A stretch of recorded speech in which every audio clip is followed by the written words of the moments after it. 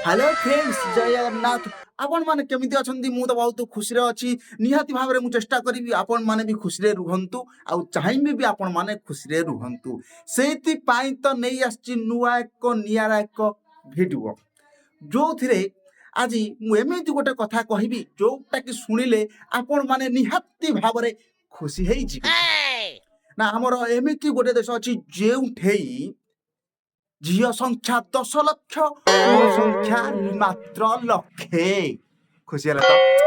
ଝିଅ ସଂଖ୍ୟା 10 ଲକ୍ଷ ପୁଅ ସଂଖ୍ୟା ମାତ୍ର ଲକ୍ଷେ। ଯୋଉଠି ଗାଈ ମାନେ ମାଳ ଷଣ୍ଢ ଦୁର୍ବଳ। ସେଇଥିପାଇଁ ମୁଁ କହୁଛି ଆପଣ ମାନେ ଆମ ଭାରତ ଭିତରେ ରହିକି ଗୋଟେ ସେଇଥିପାଇଁ ଯଦି ଆପଣ ସେଇ ଜାଗାକୁ ପଳଉଛନ୍ତି ଗୋଟେ ଗୋଟେ ନୂଆ 10ଟି ମିଳିବ। କାରଣ କ'ଣ ପାଇଁ? ଗୋଟେ ପୁଅକୁ 10ଟି ଝିଅ। ସେଇଥିପାଇଁ ଆପଣ ଭାଗ୍ୟ ବି ଖୋଲିଯିବ।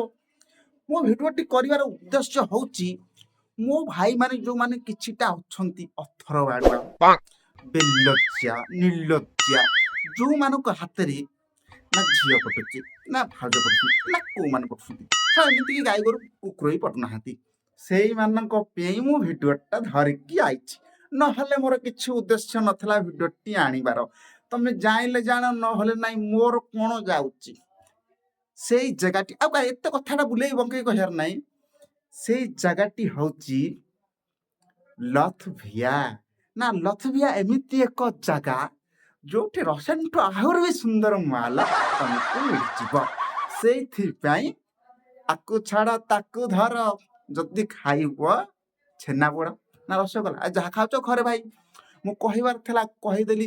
ତେଣିକି ତମ ଇଚ୍ଛା ଯଦି ଯିବ ପାଇବ।